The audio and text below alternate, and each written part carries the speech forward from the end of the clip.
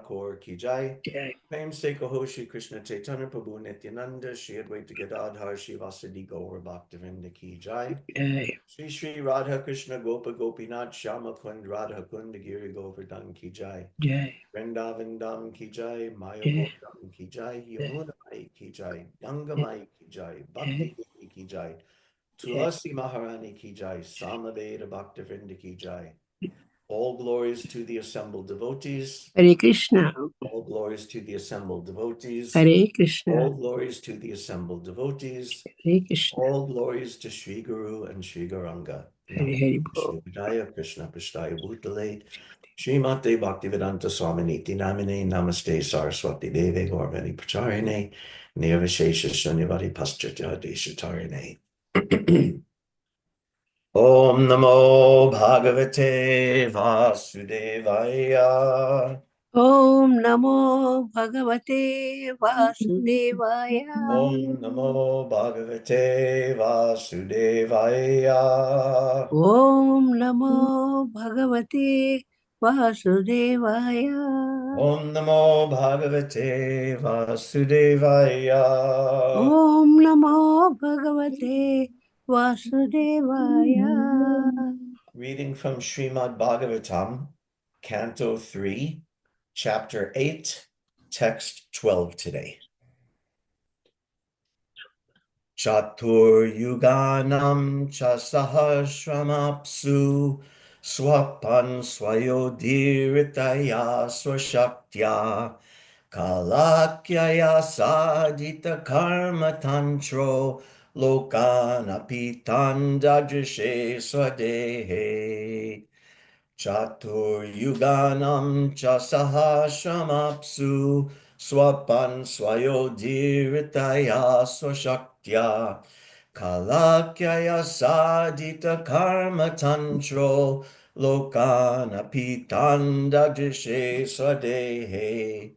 Chatur Yuganam cha sahasramapsu swapan swayodiritaya swashaktya kalakyaya sadita karma tantro lokanapitan dadrishe swadehe. Everyone can chant, please. Hare Krishna. Chaturjuganam cha sahasramapsu swapan swadirtaya sasaktaya kalakaya sadita karma tantro lokanapitan dadreshe sasrihe. Hare Krishna.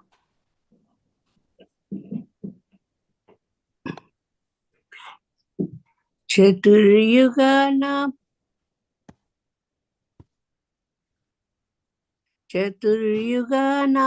cha sahasramapsu swapan swayodirithigaya swaksakya kalakyaya sodita karma tantro lokan apitan tadrishe swadehe. Hare Krishna. Hare Krishna. Chaturayuganam cha sahasram apsu swapan swayodiritya swashaktya kalakaya sadita karma tantro lokana apitana dadrishe swadehe. Hare Krishna. Thank you.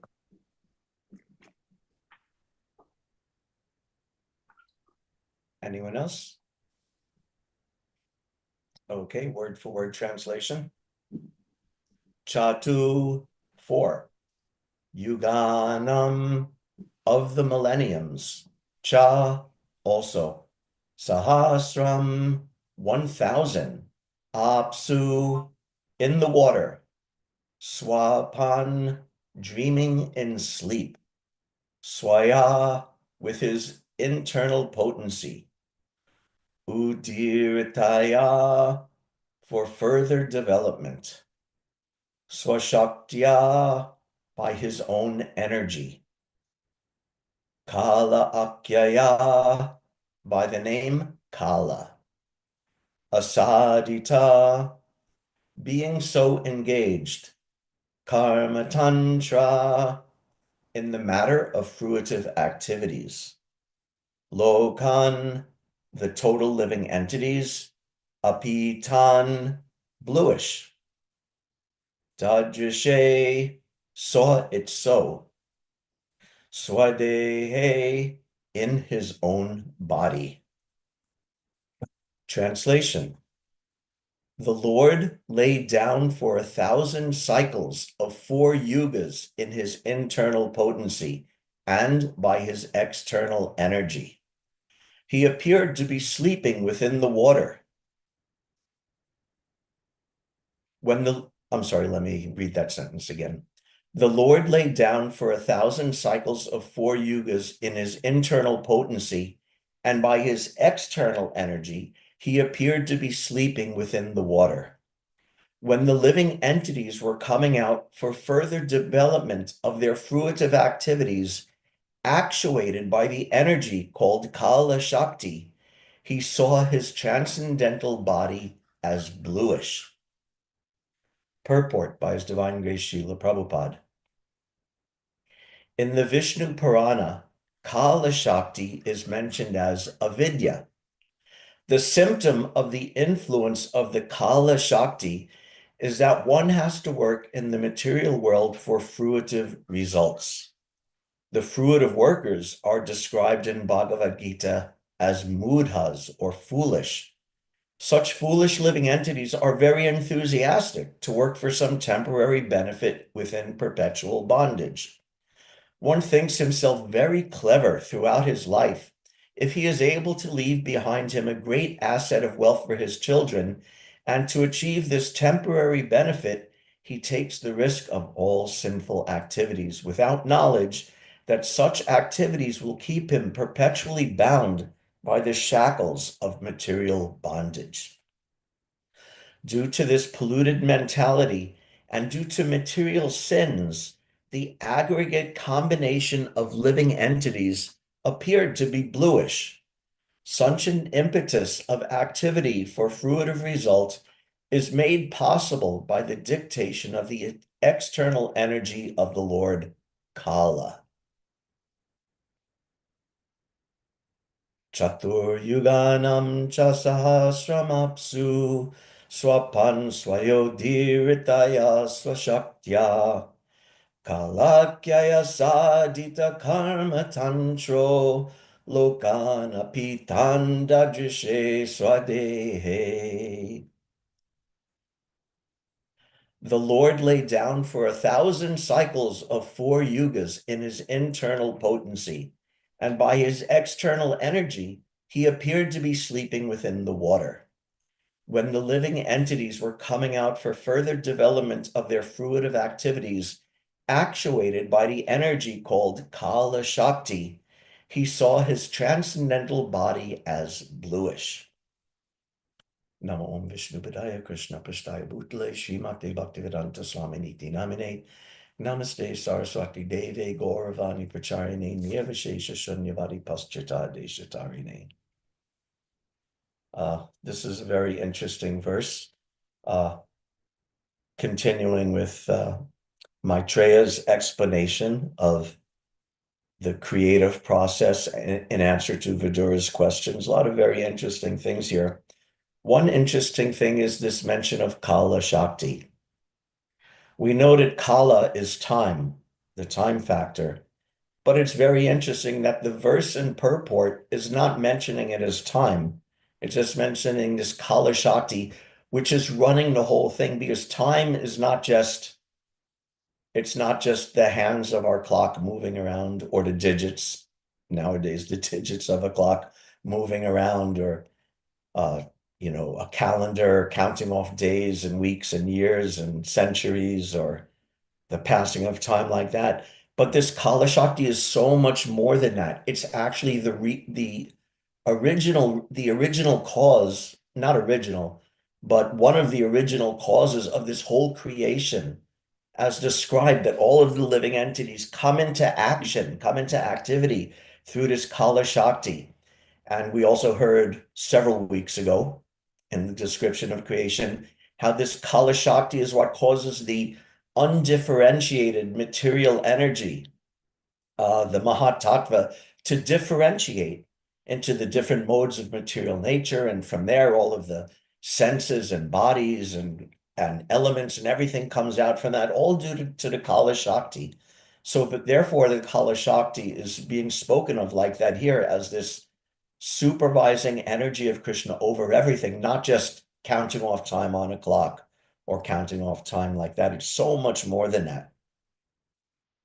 Another important thing about this verse is this word, the swa, this prefix swa is mentioned 3 times in this verse. The swa akyaya, his internal energy, swashaktya, his spiritual energy, and swadeha, his own body. Swa means own, your own thing. Like swadharma is one's own dharma. So Krishna's material energy, Krishna's spiritual energy, and swadeha, Krishna's body. Just those 3 phrases in this verse tells us what we're going to be learning. It means we're being educated in Sambandha Gyan, because that's what this is, understanding Krishna and Krishna's energies. And these 3 energies, or Krishna and his 2 energies, material and spiritual energies, Prabhupada also references the Vishnu Purana. He doesn't quote it, but he references the Vishnu Purana verse, which I think I quote this a lot, probably too much, but Vishnu Shakti Para Prokta, Kshetra Gyakya Tatak Para, Avidya Karma Samyamya, Chitir Shaktir Ishite. That Vishnu Shakti Para Prokta, Vishnu, the Supreme Personality of Godhead, has his transcendental energy, his swakyaya in today's verse. His transcendental spiritual energy is there. Vishnu Shakti Para, it's transcendental, Prokta, he manifests this. And Kshetra Gyakya Tatak Para, he also manifests the living entities who are also spiritual energy, although they're very limited in size and in potency and in ability, although we're of the same spiritual nature. And avidya karma samyanya. And then there's the material energy characterized by avidya, by ignorance, and by karma, by fruitive activities. Today's verse also references karma tantra, the rules and regulations of karma, the stringent rules of karma, by which we try to enjoy, by which we try to avoid suffering.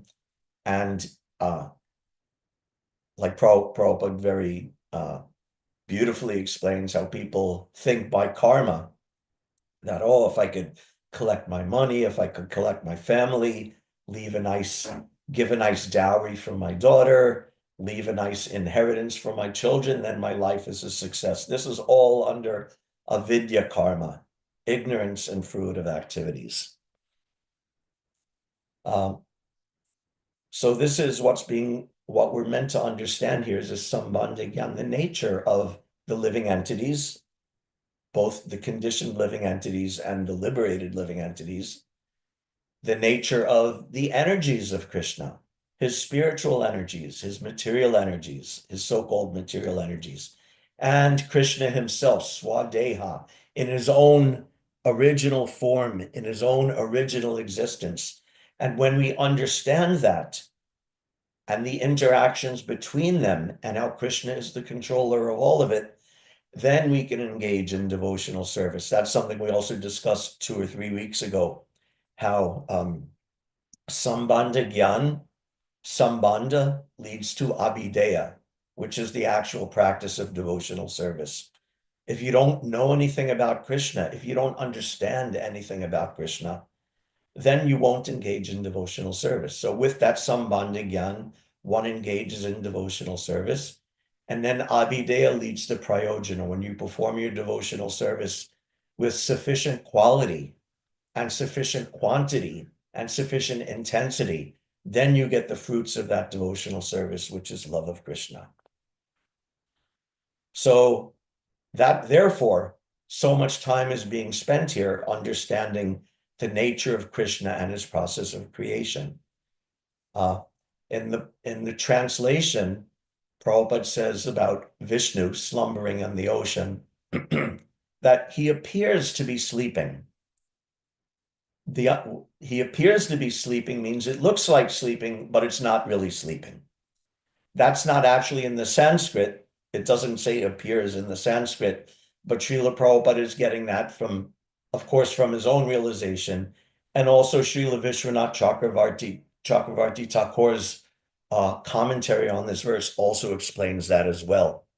That there's Swa Akyaya and there's Swa Shakti, his internal energy and his external energy. And Srila Vishwanath explains that by his Maya Shakti, he appears to be sleeping. But by his Chit Shakti, by his spiritual energy, he is fully awake and fully active through all of this appearance of sleep. So this is very interesting to understand. Krishna is never, sleep is ignorance, and Prabhupada said sleep is like death. So Krishna is never in ignorance. So always, even in this apparent sleep, appearing to be sleeping, his Chit Shakti, his full consciousness, his full awareness is always there and always active. A little sidetrack here, because I've been reading about this lately, so I thought I would throw this in also. Around in the late 1700s, Vedic literature started making some appearances in Western culture. The first English translation of Bhagavad Gita was in 1785. And we know how the German scholars especially became very fond of studying the Vedic literature. And in America in the 1800s, then Henry David Thoreau and Emerson became very fond of Bhagavad Gita and all of these things. And actually, there's two facets of the Vedic literature that these Western artists and Western scholars were fascinated by. One was the Bhagavad Gita itself, with its both its dramatic quality of being on the battlefield like that, and the philosophy of it. And the other thing that really fascinated many of these early scholars were these stories of creation and the huge time scales involved. Just like today, we hear that he laid down for 1,000 cycles of the 4 yuga cycles. So this sort of time scale and this sort of huge expanse of time and huge expanse of space was really attractive and kind of mind-blowing to many of these persons, especially when you consider it with the frankly limited idea of a small percentage of Christians who say, oh, the world is only 2,000 or what they say, 3,000 or 5,000 years old. This is such a small scale, but the Vedic time scale is so huge. Even modern science estimates 13.8 billion years for the age of the universe. So, but the Vedic time scale even surpasses that, going into millions, trillions. And actually, because of the cyclic nature of creation, it's even it's actually eternal. It goes on and on and on. So very interesting. One person, Srivatsa Goswami, who was one of the Goswami family at Radharaman, and he was also a spiritual leader of some note in Vrindavan and had his own sangha. And he was interviewed by his name's escaping me now, from New York. He interviewed a bunch of scholars for his book, and he interviewed Srivatsa Goswami. And Srivatsa Goswami said that the Vedic knowledge covers millions and billions of trillions of years. Satyaraj Das, right? And he was asking about Indian understanding of history and historic events and like that. And Srivatsa Goswami said the Vedic knowledge covers millions and billions and trillions of years, that they can't be bothered by this little lightning flash bits of history. Who was king here? Who was king there? Who's on the front page of the morning papers today? and who will be on the front page tomorrow, who won the Oscars, who's this or that. It's so nothing, subatomic in size compared to the time scales and the scales of eternity that the Vedic knowledge deals with, that it can't be bothered with these piddling little things. So these early scholars were very fascinated by this time scale. Actually, to give an idea, let's see, Bhagavad Gita 8:17. Let's see.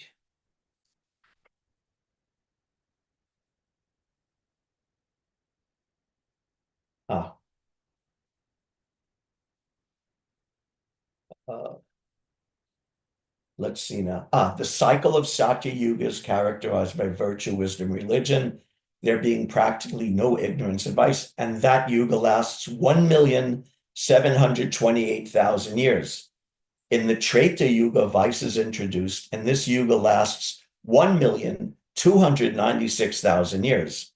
In the Dwapara Yuga, there is an even greater decline in virtue and religion, vice increasing, and this yuga lasts 864,000 years.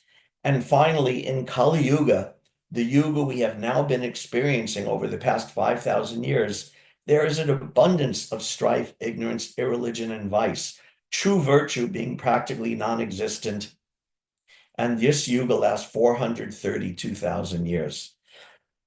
And then he goes on, these four yugas rotating 1,000 times comprise one day of Brahma, the creator God, and the same number comprise one night. So today, in today's verse, we're reading that after laying down on the ocean for 1,000 times, these four yuga cycles, that's his sleeping time. That's the night of Lord Brahma. So after the night of Lord Brahma, at the night of Lord Brahma, there's a partial devastation. These 1,000 time spans of four yuga cycles go on. Then Krishna wakes up and manifests all of the entities again. So these four yugas rotating 1,000 times comprise one day of Brahma, the creator God, and the same number comprise one night. Brahma lives 100 of such years and then dies. These, in parentheses, in air quotes, you could say, these 100 years by Earth calculations total to 311 trillion and 40 million Earth years. By these calculations, the life of Brahma seems fantastic and interminable, but from the viewpoint of eternity, it is as brief as a lightning flash. So, I can't remember all these numbers of all the different yugas and how long everything is, but the math is pretty simple if we just remember this one thing. Kali Yuga we know is 432,000 years. Dwapara Yuga is twice that. Treta Yuga is thrice that. And Satya Yuga is 4 times that. So that means that one cycle of 4 yuga cycles is equivalent to 10 Kali Yugas. 1 plus 2 plus 3 plus 4. So that's 4,320,000 years. So that's one cycle of 4 yugas. Then times 1,000 of that. So add 3 zeros to it, and you're already into billions. 4 billion something years. And then same thing is the night. So you double it. So now we're up to 8 billion. And then 365 days of that is 1 year. And 100 of such years is the lifespan of Lord Brahma. And that lifespan is like a flash of lightning in the darkness of eternity. So this is the time scale that blew the minds of these early scholars and kind of blows my mind as well. There's that nice story when Prabhupada was in LA, I think, and Tamal Krishna was with him. And Prabhupada was looking at a painting, the painting of that scene that's on the cover of the first canto, of just like this, Vishnu lying in the ocean and all the universes coming out of his body and all the mundane planets, and above is the spiritual planet. So Prabhupada was looking at that picture and he started talking to Tamal Krishna and he said, just see, there's Goloka Vrindavan and one expansion of Krishna is coming, this Mahavishnu, and all of the universes are coming out of his body. And within one of those universes, Kirodakashai Vishnu is there. And from him, Brahma's coming. And all of the planets and all the individual living entities, millions and billions and countless planets and countless living entities are there. And out of all of these countless planets, there's one little planet, Earth planet, that we live on.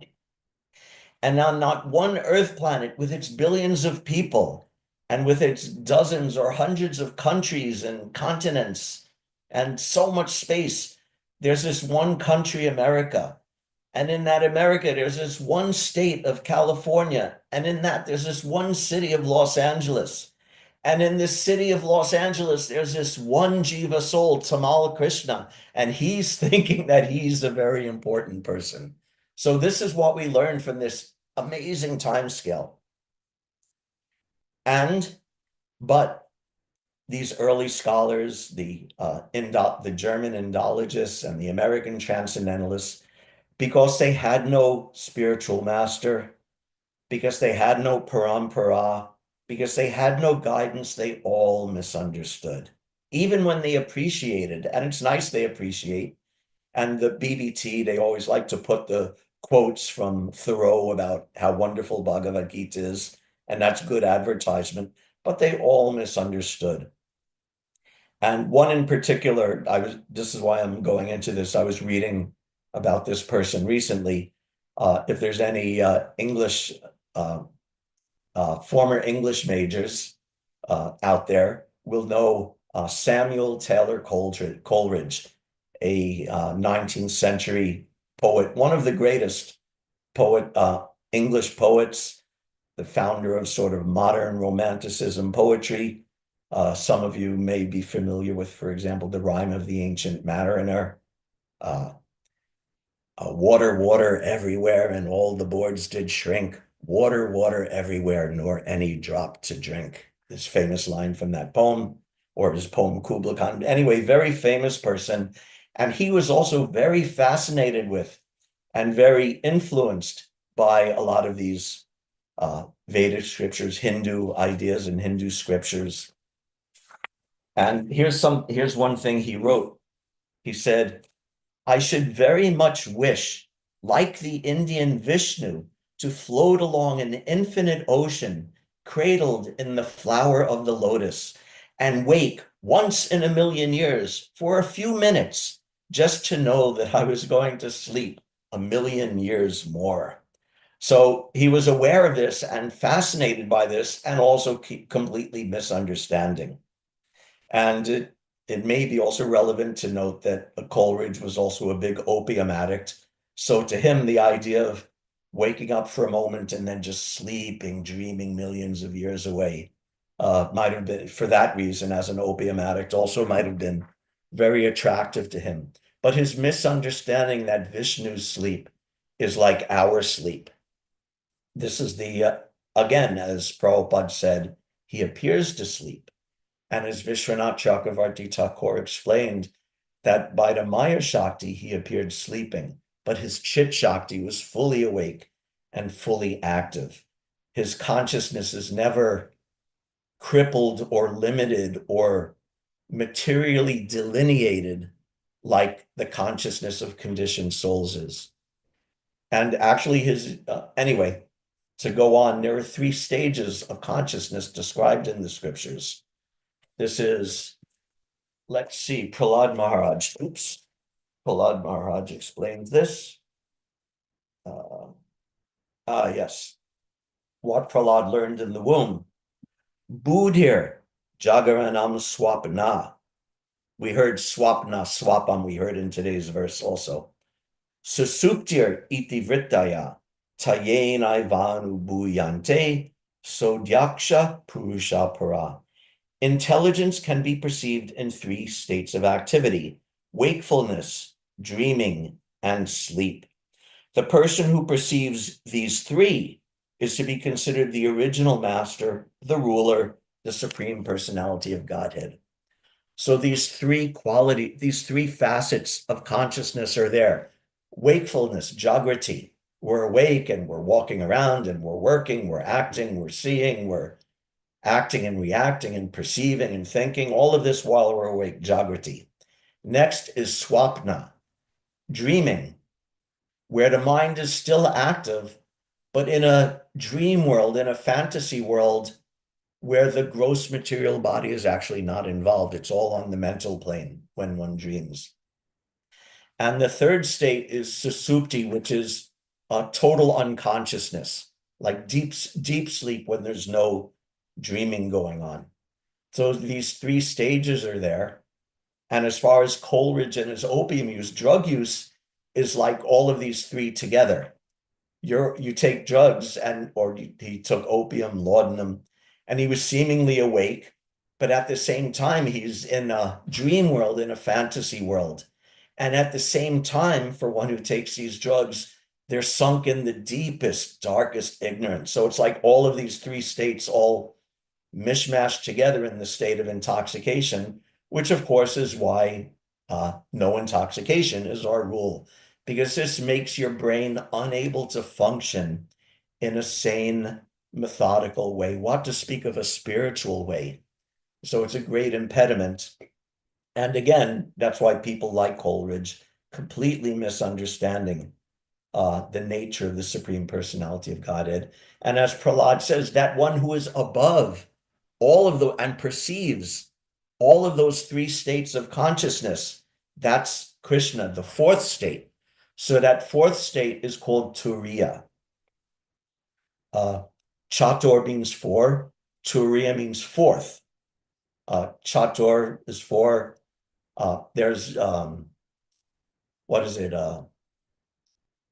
Yes, there's nominal numbers and ordinal numbers. Just like nominal numbers are, we have one, we have two, we have three, we have four, and order means the order things happen in. First, second, third, fourth. So fourth means Turiya. Fourth, and Turiya is the fourth state of consciousness, above and beyond the material facets of consciousness of waking, dreaming, and total unconsciousness. This is the state of consciousness that Krishna is in. Even he appears sleeping. He's in that fourth state of consciousness, transcendental consciousness. He appears dreaming. He's in that fourth state of consciousness. And during all of his waking activity, he's on the battlefield of Kurukshetra. He's dancing with the gopis. He's playing with his friends. He's being patted by his parents. Throughout all of those, his consciousness remains in that fourth state of complete absolute transcendence. So this is the state of Turiya, the fourth state that Krishna, although is appearing to sleep, he's in that fourth state of consciousness. Let's see. Also another description of Turiya, the fourth state, is that Srila Sridhar Swami describes that, what is it? Oh, right, because if we remember a couple of months ago in the Bhagavatam, we read how Krishna is the Lord of all threes, Triyadish. He's the Lord of all kinds of threes. So that also means he's Turiya, he's the fourth item. He's over and above the three modes of material nature. He's over and above the three guna avatars. He's over and above, just like we heard about the Kala Shakti. He's over and above transcendental to the three facets of time, of past, present, and future. So in that way also, Krishna is the fourth. So this is actual consciousness. This transcendental consciousness is the really genuine, real state of consciousness. And this is the International Society for Krishna Consciousness. And Prabhupada explains that consciousness is Krishna consciousness. This I was reading yesterday in a reading group that I'm part of here in Alachua. This is from the teachings of Queen Kunti. Prabhupada writes, we all have consciousness, but what is this consciousness? It is Krishna consciousness. We have forgotten Krishna, and therefore we simply say consciousness. But really, consciousness means Krishna consciousness, because without Krishna, we cannot have consciousness. Without the sun, how can there be sunshine? Therefore, we say sunshine and not just shine. Similarly, consciousness means Krishna consciousness. This requires a little intelligence to understand, but devotees like Kunti have this intelligence and understanding. Therefore, Kunti says, the Pandavas and Yadus are so important, but what is actually our value? So I love this from Prabhupada, that consciousness means Krishna consciousness. This is Krishna apostrophe S consciousness. Krishna's consciousness is this fully transcendental consciousness beyond the external illusion of waking, beyond the subtle illusion of dreaming, and beyond the deadness of deep sleep. And for the jivas also who attain Krishna consciousness, that is also the real state of consciousness. That is also Turiya, the fourth state beyond this material consciousness. So we're hearing this about Vishnu sleeping and understanding that his transcendental position is never, ever compromised. He appears to be sleeping. He appears to be dancing with other men's wives. He appears to be stealing. He appears to be killing. All of these things are going on, but his transcendental position is never compromised in any way. This is the teaching. This is the understanding of Sambandha Gyan. So therefore, we're consciousness. We're all conscious beings. Cogito ergo sum. I think, therefore I am. So we're all conscious because we exist. And we should know that that consciousness in its pure state is Krishna consciousness. And when it's limited, when it's corrupted, when it's covered over by so many upadis, by so many external impositions, then we have this very small, crooked, limited consciousness that I'm a man, I'm a woman, I'm an American, I'm a Russian, I'm an Indian, I'm this or that, I'm left, I'm right, I'm up, I'm down, I'm this, I'm that. These are all limited. The actual consciousness is the state of Krishna consciousness. And when we understand that, and when we understand our relationship with Krishna, then we engage in abhideya, the actual practice of devotional service. And by doing that, our material contamination gradually washes away. And as we do that, our love for Krishna grows and grows. And then when that reaches perfection, then prema pamarta mahan, then we attain the prayojana, the actual goal of this, which is pure Krishna consciousness. So this is why there's so much of this discussion. We've been hearing, like in the 10, we heard some months ago in the second canto about the 10 topics of Srimad Bhagavatam. Sarga, Visarga, I can't remember all the others, the creation, the subcreation, the activities of the dynasties, the activities of Manu, the dynasties of great kings, the pastimes of Krishna, the incarnations of Krishna, all coming down to Ashraya. Krishna, liberation is one also. And over and above those other 9 items, the 10th item is Ashraya, Krishna, who is the shelter of everything. And that's what we're hearing today. He's never in ignorance. His sleep is not ignorance. In that state, he's still the shelter of everything. He's the shelter of all of the universes and the shelter of all of the jivas, just like described very interestingly, because he's the shelter of all of the jivas who are overcome by ignorance, therefore his body appears bluish. So this is interesting and even somewhat odd, but we can understand that the different modes of nature also correlate with different colors. And Krishna's transcendental, beautiful bluish color is an eternal feature of his body, of his existence. I think the word in the Sanskrit in today's words was apita. Pita means golden, like pitavas, golden clothes, or Mahaprabhu is described as pita, as golden in color. So apita means the opposite, not golden, but dark. So that's an eternal feature of his existence, that he is this beautiful Shama Sundar complexion. But at the same time, this verse at least is giving another reason. Oh, because he's Vishnu and he's sheltering all of the ignorant living entities. One manifestation of that is this dark color, that the tamagun is represented by this dark blue or blackish color. Rajagun, because of its hot and fiery nature, is represented by the color red, and Sattvagun, because of its purity, is represented by the color white. So this is just a way of explaining this, of describing this to make a point for us. But in any case, all of these topics that have been described, and so much has been focusing the whole second canto, and we're still in the third canto continuing this process of creation. And that's why, because this is the purpose. There's all these 10 topics, and the topmost topic is understanding Krishna. And when we were studying those 10 topics in the second canto, Prabhupada writes, this is Bhagavatam is the answer to all questions. The Bhagavatam says, to isolate the transcendence of the summum bonum means the 10th item, Krishna himself.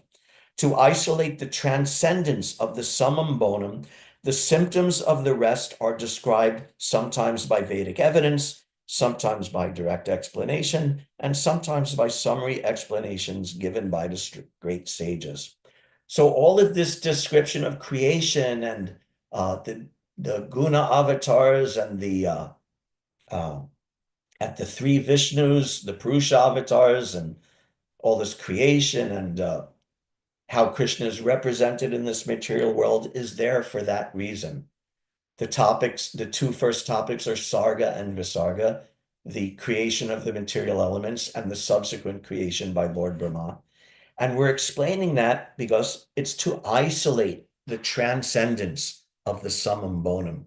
That's enabling us, hopefully, to understand the transcendence of Krishna. Just like Coleridge, he read about Vishnu on the ocean and he thought, oh, I want to sleep like that, not understanding.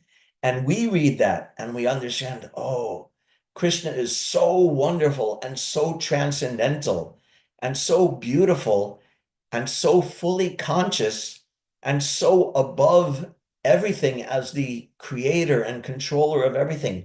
Therefore, I must engage in his devotional service. This is what is meant to isolate the transcendence of the summum bonum. Dasamasya Vishuddhi Artam. Dasamasya means, dasa means the 10th item, Krishna. Vishuddhi Artam, to purify, to isolate the value, Artam, of Krishna. Therefore, all these other topics are there, creation and subcreation and manus and yuga cycles and all these different things are there. And that's what we're getting now for this purpose. And Vidura knows this, and Maitreya knows this, and yet he's asking, and not just asking, of course he's asking for our benefit, but he's also asking and relishing it himself. Prabhupada never got tired of explaining to us, you're not this body. Krishna is the Supreme Personality of Godhead. This material world is not your place, but go back to Godhead. He never tired of explaining that. And if we don't take the time and effort to understand that, then we'll end up like Coleridge, dreaming away our life in the material world. So this is Krishna, the most attractive, the most beautiful. There's also the description of in Brahma Samhita, when the different Purusha avatars are being described. These are Prabhupada's words, sort of paraphrasing Srila Bhaktisiddhanta's purport of Brahma Samhita 530. He writes, the form of Krishna is not a fanciful creation of the imagination, formed after visualizing the beautiful things of the world, like the poet or the artist. What Brahma saw in his ecstasy trance of pure devotion is being described. Krishna is engaged in playing upon his flute. that attracts the hearts of all living beings.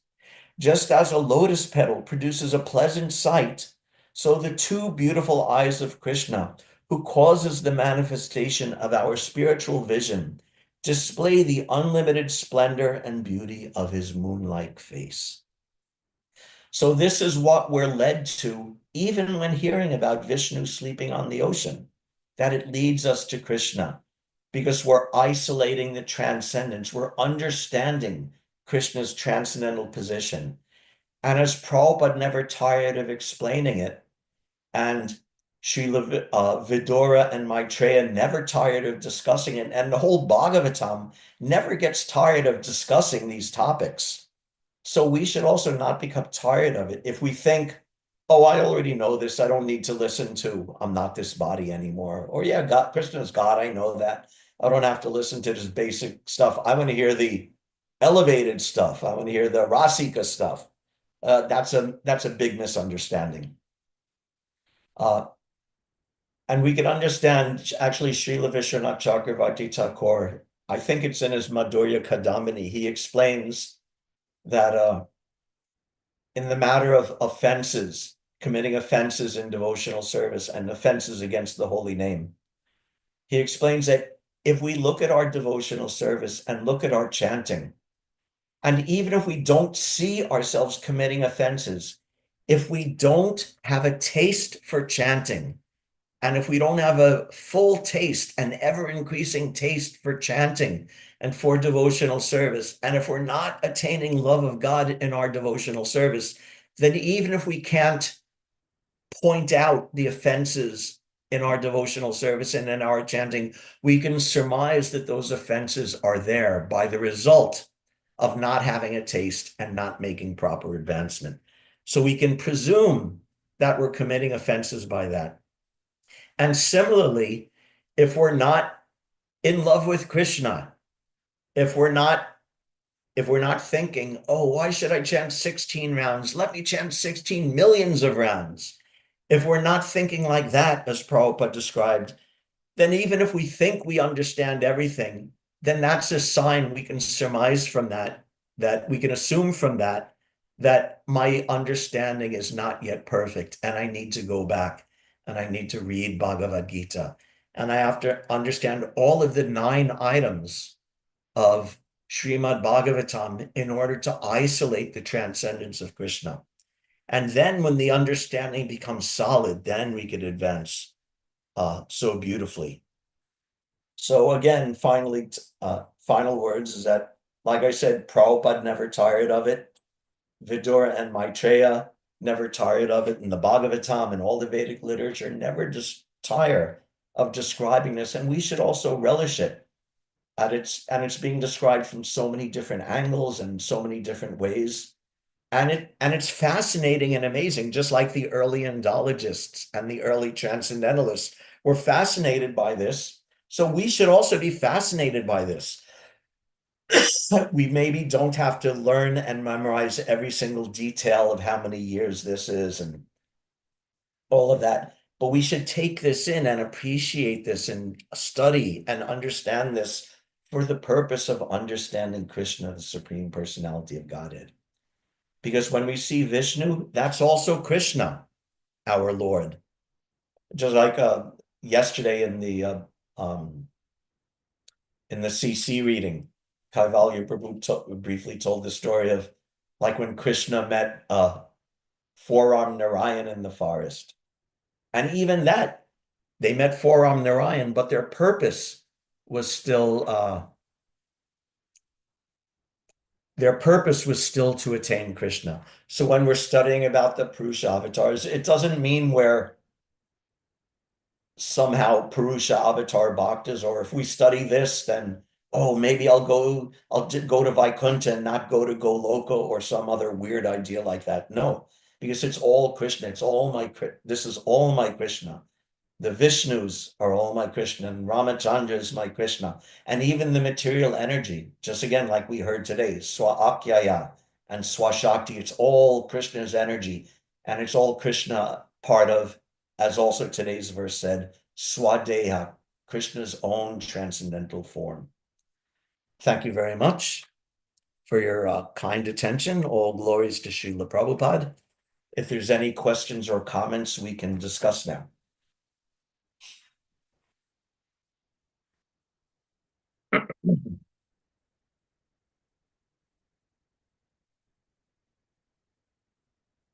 Anything? Thank you very much, Prabhu. You're welcome. Thank you for Yes, giving me a chance to speak. Brahma so many years, and then there's Krishna. Actually, Krishna takes care of. We think that he is sleeping in his ocean, but no, he never. He Right. always keep an eye on us. Always full consciousness, right? Full conscious with us. And then whatever we are doing, he's always watching us. So Okay. if that consciousness is there, we'll do good things and we'll be cautious in our behavior too. Right. Yeah, that's the thing that Krishna has, by his nature, he has this completely perfect transcendental consciousness. Yeah. And that's also the consciousness of the liberated souls, of the pure devotees, that their consciousness is then also beyond this waking, dreaming, sleeping business to the fourth stage of Krishna consciousness. Because again, like Prabhupada said, consciousness means Krishna consciousness. It's true.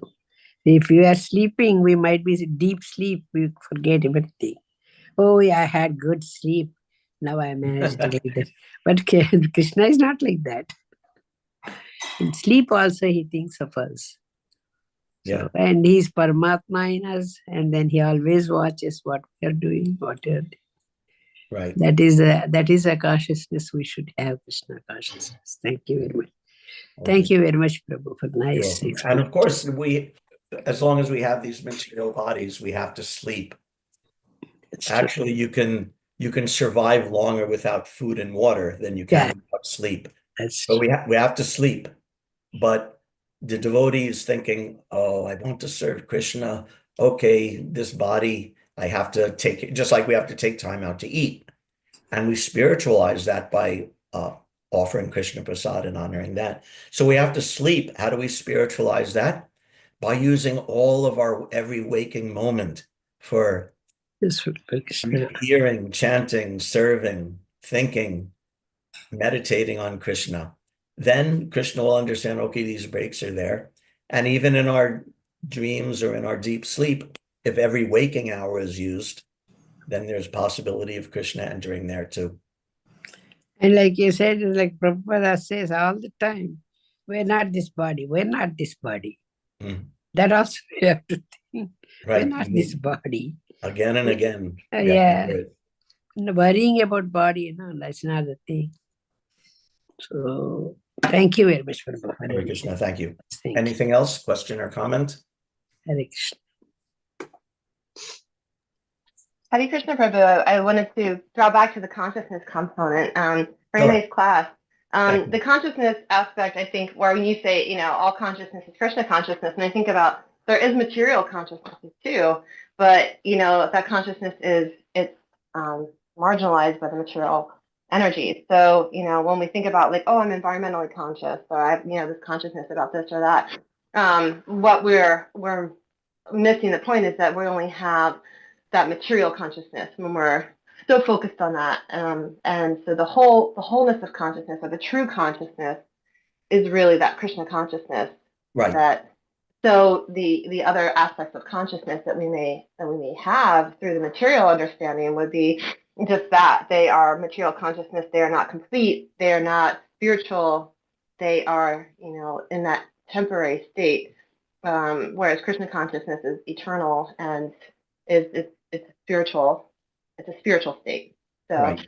I just wanted to add to that, but also get your kind of thoughts on that. And also when we say that material consciousness, the consciousness itself is originally coming from the Jiva soul, part and parcel of Krishna. So originally coming from Krishna.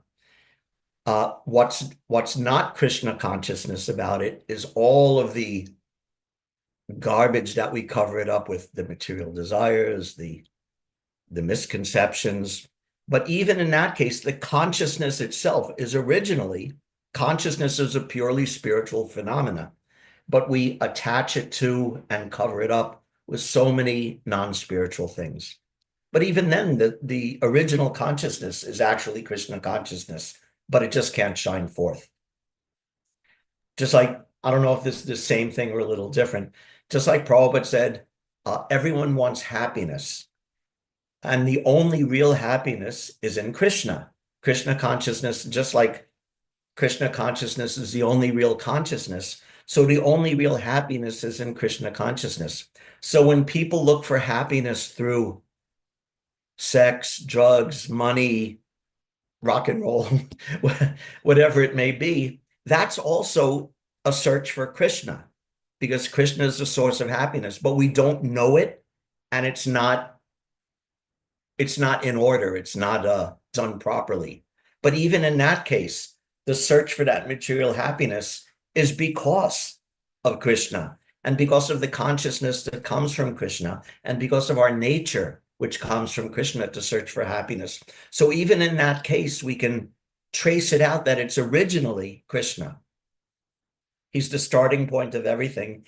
And when we remember that, then everything's well and good. And when we forget that, then we have so-called material consciousness, so-called material desires, and all of these other things, all the avidya karma samyanya, or like today's verse said again, the karma tantra, the rules and bonds of karma.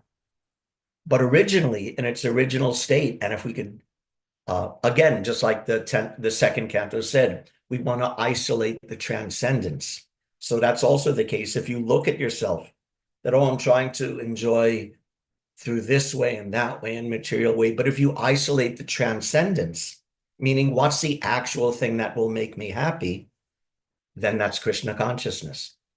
Or when you have your polluted consciousness and you isolate the transcendence, what's the real nature of consciousness? Where does it come from? What's its purpose? Then that again, you're isolating the transcendence, and then you understand, oh, consciousness is Krishna consciousness. Is that all right? Oh, that's great. Thank you. That was actually provide a lot of clarification. Hare Krishna. Yeah. Anything else?